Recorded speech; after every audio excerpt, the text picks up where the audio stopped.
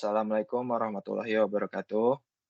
Eee, Perkenalkan, kami dari kelompok 4 akan mempresentasikan sebuah materi, eee, Basketch dari mata kuliah Organisasi dan Arsitektur Komputer.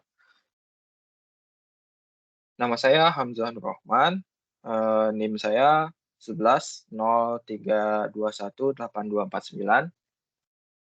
Saya Farel Rasya dengan NIM 1103181185. Oke, materinya akan dijelaskan oleh Pak. Oke, kita akan review beberapa materi ke belakang. Pada arsitektur komputer yang paling sederhana, terdapat main memory, arithmetic logic unit atau ALU, control program, dan input-output equipment. Main memory untuk memproses sebuah instruksi yang ada, ALU untuk memproses aritmetika dan logika, input-output untuk memproses input-output yang dilakukan oleh user, dan program control unit untuk mengkontrol instruksi. Itu ada register dan cache. Agar semuanya bisa berjalan, dibutuhkan bus untuk mengirim hasil instruksi dan instruksi yang akan dilakukan ke depan.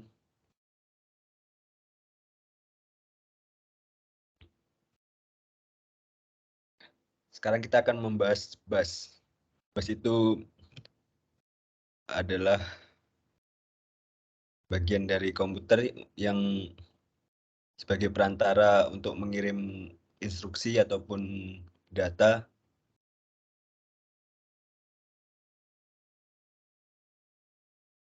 Kalau ini adalah penjelasan formalnya, yaitu bus itu adalah jalur komunikasi yang menghubungkan dua atau lebih perangkat untuk melakukan komunikasi.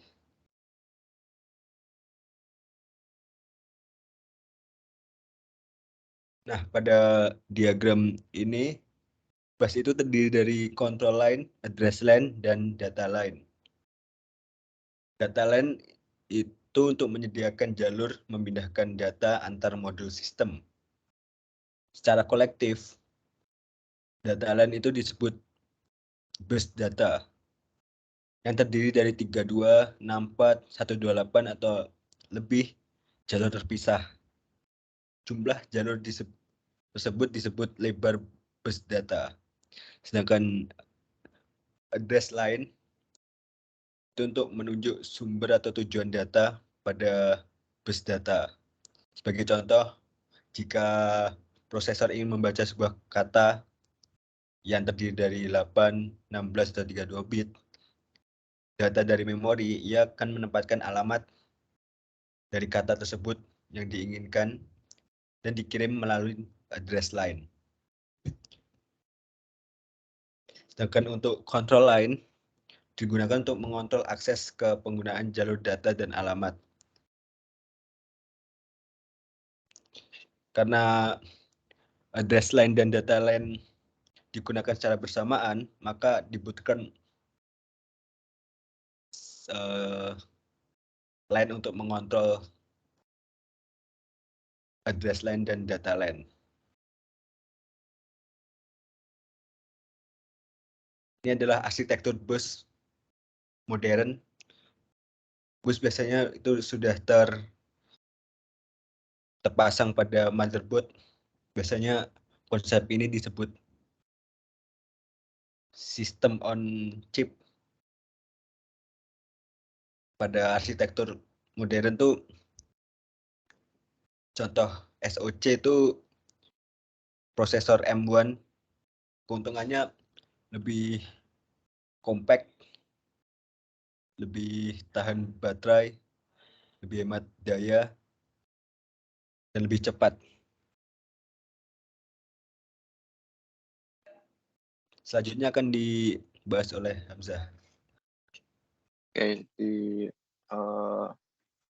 pada tradisional bus di sini jadi kita akan membahas tentang jenis-jenis bus atau bus yang sudah terbuat, yaitu contohnya yaitu tradisional bus. Jadi di sini tradisional bus ini ada dua, jadi ada sistem bus sama expansion bus. Dan di sistem bus ini digunakan untuk sebagai jalur atau transportasi data dari main memory ke cache. Lalu nanti ada local bus yang digunakan untuk transfer data antar prosesor, lokal input-output controller dengan cache. Lalu ada expansion bus, jadi itu dari sistem bus akan dihubungkan dengan expansion bus melalui expansion bus interface. Nah, di expansion bus interface akan menghubungkan modem, serial, dan SCSI, lalu dan ada perangkat jaringan. Lalu untuk selanjutnya itu upgrade dari traditional bus yang sebelumnya, yaitu di sini ada high speed bus. Oke, untuk sebelumnya sistem bus itu sama, jadi main memory ke cache, menghubungkan main memory ke cache, lalu di cache ini masuk ke high speed bus, jadi dia terhubung ke high speed bus. Nah, high speed bus ini biasanya digunakan untuk mentransfer data seperti fast Ethernet atau adanya LAN, video, graphic card, PI394 dan SCSI. Dan fast Ethernet ini biasanya kecepatan transfer datanya itu kurang lebih 10 Mbps. Lalu dari high speed bus baru seperti yang sebelumnya, yaitu ada expansion bus interface. Lalu ini ada tipe bus. Jadi tipe bus ini ada yang dedicated dan ada yang multiplexed. Jika dedicated itu dia busnya itu dedicated pada setiap si komponennya gitu. Jadi satu komponen memiliki satu jalur busnya yang akan terhubung ke yang lainnya. Berbeda dengan multiplexed, ya, namanya juga multiplex. Jadi satu jalur dia digunakan oleh banyak bus gitu. Jadi satu jalur digunakan untuk beberapa jalur data. Nah, karena dia cuma satu dan banyak yang memakai jalur bus tersebut, maka harus ada yang mengontrolnya. Nah, biasanya yang mengontrolnya itu satu chip atau IC. Biasanya ini diimplementasikan di prosesor M1 gitu. Dan selanjutnya itu method of arbitration. Nah, di sini tuh arbitration tuh controller. Jadi istilahnya karena tadi kan jadi jalur bus itu pasti ada yang mengontrolnya gitu ya. Nah, di sini ada yang centralized dan ada yang distributed. Jadi kalau centralized itu jadi yang mengontrol jalur bus itu hanya satu komponen saja gitu untuk mengatur jalur seluruh bus yang ada di komputer. Nah, jika distributed itu berbeda. Jadi setiap komponen memiliki controllernya tersendiri. Jadi dia kontrolnya itu seperti master and slave gitu. Jadi antar source dan destination aja yang akan mengontrol satu sama lain gitu istilahnya. Lalu selanjutnya time. Jadi ini misalkan kita melakukan instruksi atau data ya, data yang dikirimkan gitu. Nah, di sini tuh, dia ada, clock-nya. Nah, ada yang tergantung atau, mengikuti clock-nya seperti synchronous timing. Nah, di sini dia, memiliki atau memiliki acuan, yaitu jadi si pertama di clock-nya ada status signal dulu, baru ketika signalnya stabil, kita enable address dulu apakah udah tersedia.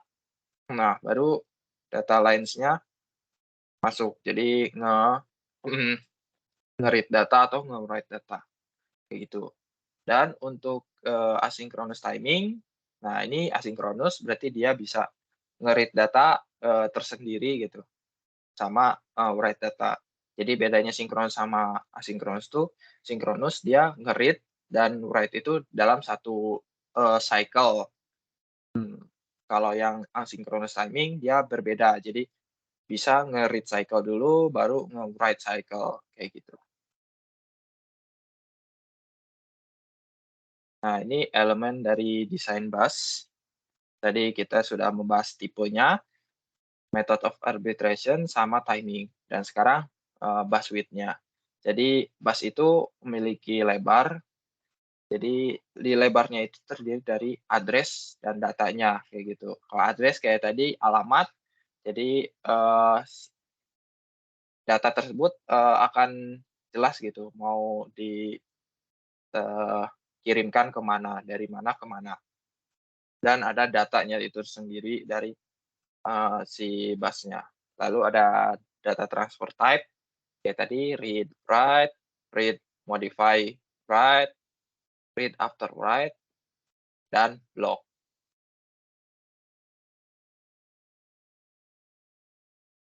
Oke, selanjutnya ini slot, bus. Jadi ini tuh, suatu, eee, protokol yang, digunakan pada, saat ini, yaitu sistem modern dari bus, yaitu PCIe bus. Jadi, PCIe bus itu menggantikan, eee, sistem bus yang sebelumnya. Dan di sini ada, eee, 2 tipe, tipe A dan tipe B. Tipe A ini berjalan pada single processor system. Jadi ini maksud dari single processor system itu maksudnya dia di PC dan multiprosesor system itu pada server, kayak gitu. Pada single processor system itu, PCIe bus akan mengontrol, memori. Jadi,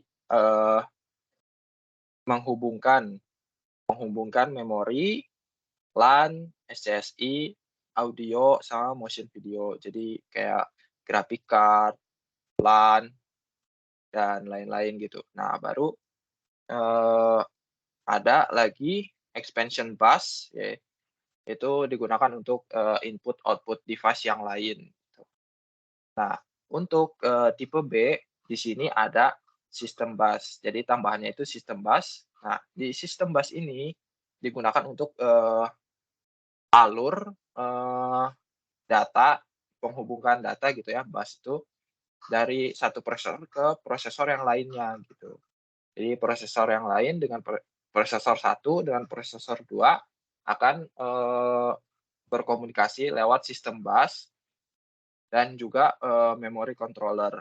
Karena di sini kan, memorinya nggak mungkin satu juga gitu, mungkin ada banyak memori, jadi adanya memory controller. Baru, PCIe bus akan dihubungkan dengan eee, host bridge dengan sistem bus. Jadi sistem bus akan terhubung dengan PCIe bus lewat host bridge, dan PCIe bus akan, akan dipakai sebagai jalur yang seperti, tipe A itu bisa jadi graphic card, audio, LAN, atau jaringan, dan lain-lain. Nah, ini PCIe slot. Jadi PCIe itu, upgrade dari PCI yang sebelumnya. Di sini, arsitekturnya itu ada X1, X4, dan X16. Nah, di sini, PCIe itu ada versinya, jadi ada versi 1 sampai versi 5. Yang membedakannya yaitu hanya kecepatannya saja.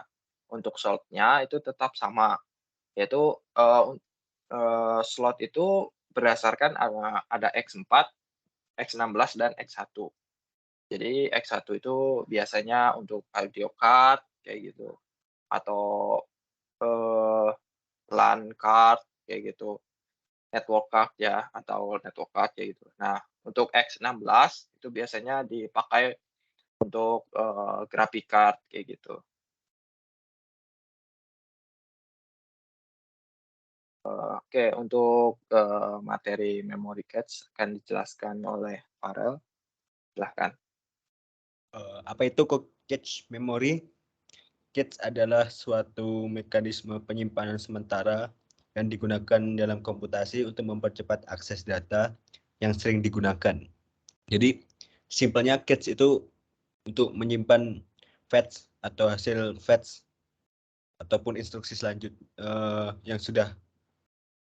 yang pernah dilakukan oleh komputer itu sendiri. Jadi komputer CPU tidak perlu mengambil fetch atau hasil fetch ke main memory. Tujuan dari penggunaan cache itu untuk mengurangi waktu akses ke data dengan menyimpan di lokasi yang lebih cepat dan lebih mudah dijangkau oleh komputer itu sendiri.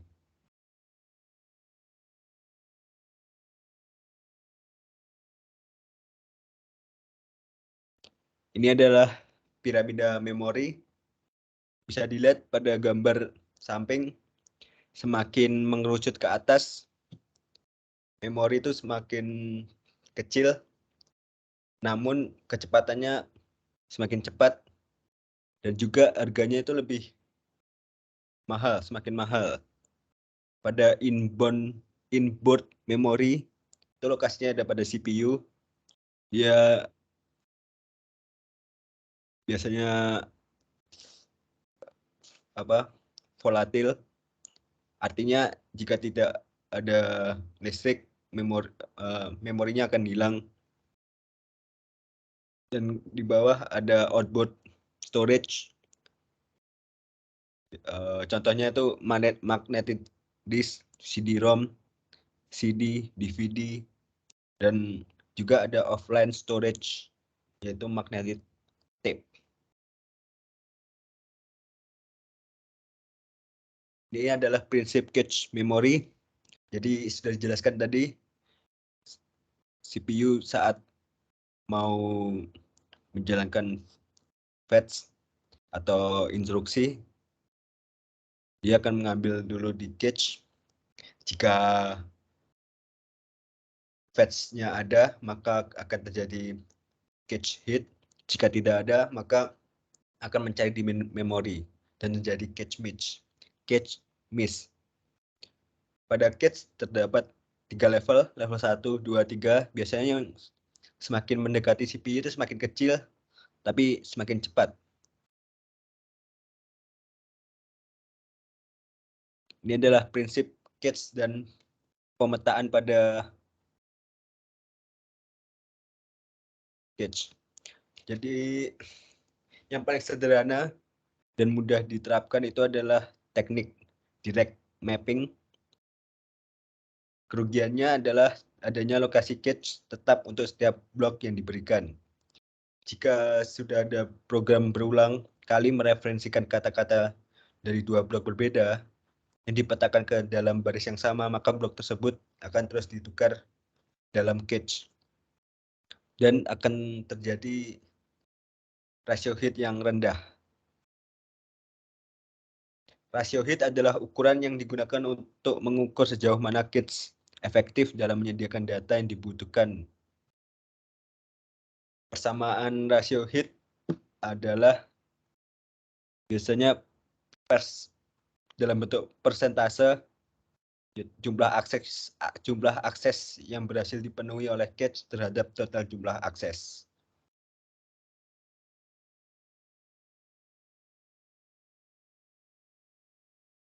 Setelah itu ada pemetaan asosiatif yang mengatasi kelemahan dari direct mapping dengan mengizinkan setiap blok memori utama untuk dimuat ke dalam setiap baris cache. Dalam hal ini, control cache menginterpretasikan alamat memori hanya ke dalam kolom tag dan word. Jadi setiap alamat itu diberi tag untuk menandakan agar tidak tertukar seperti direct mapping.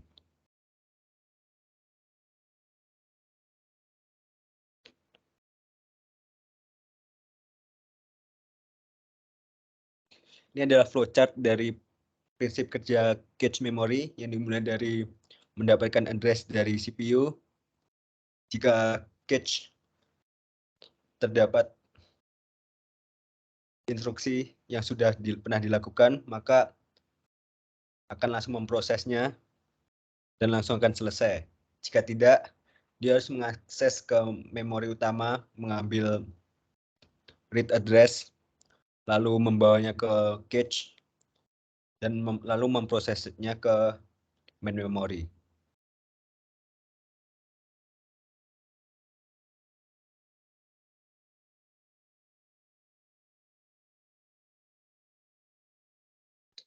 Oke, untuk kesimpulannya, jadi bus merupakan sebuah sarana yang digunakan untuk transportasi data dan memiliki kecepatan yang berbeda-beda tergantung dengan arsitektur pembuatannya.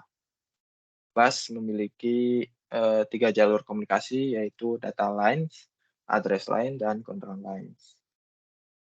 Dan untuk teknologi bus yang modern yang dipakai sekarang yaitu PCIe yang memiliki data transfer tercepat saat ini dengan versi 5-nya.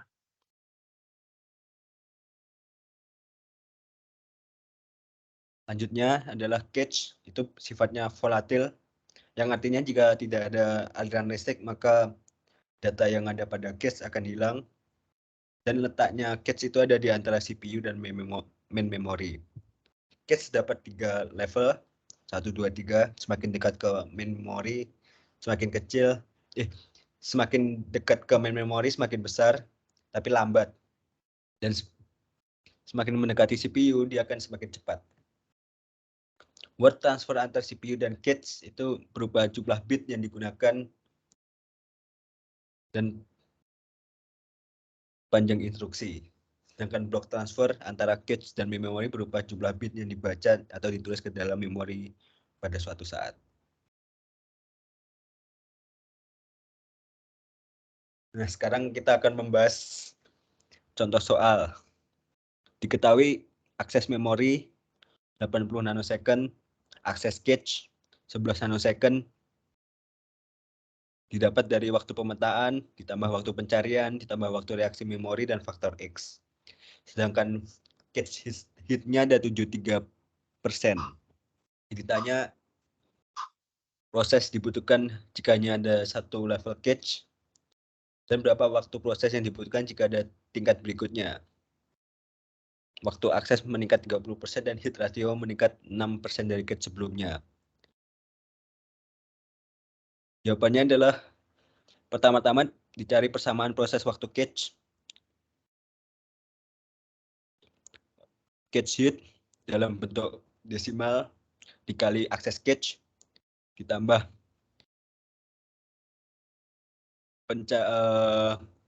total nilai cache dikurangi cache hit, lalu dikalikan akses memori dan akses cache.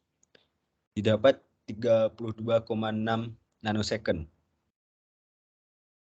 Sedangkan cache level 2 menggunakan persamaan waktu akses. Rata-rata waktu akses didapat pada persamaan tersebut.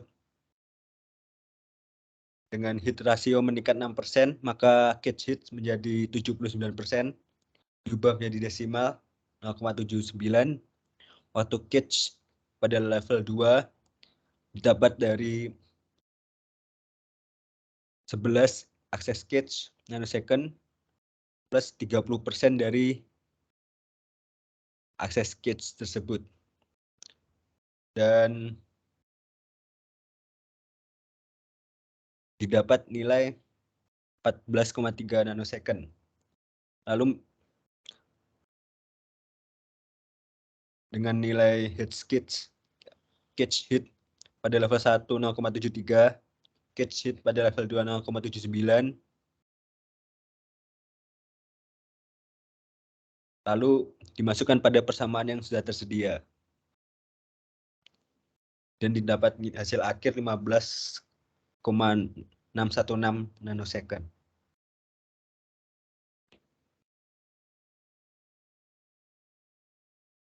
Soal kedua, jelaskan tentang segitiga hierarki memori komputer mulai dari register hingga memori eksternal. Kemudian jelaskan secara umum. Tadi pada saat materi sudah dijelaskan, mulai dari atas terdapat register, lalu cache dan memori. Itu berada pada memori utama, inboard memori. Biasanya bersifat volatil, yang artinya jika tidak ada listrik, memorinya akan hilang. Lalu ada outboard storage, magnetic disk, CD-ROM, DVD, dan offline storage, yaitu magnetic tape. Semakin ke bawah, memori semakin besar, harganya murah, namun kecepatannya semakin melambat.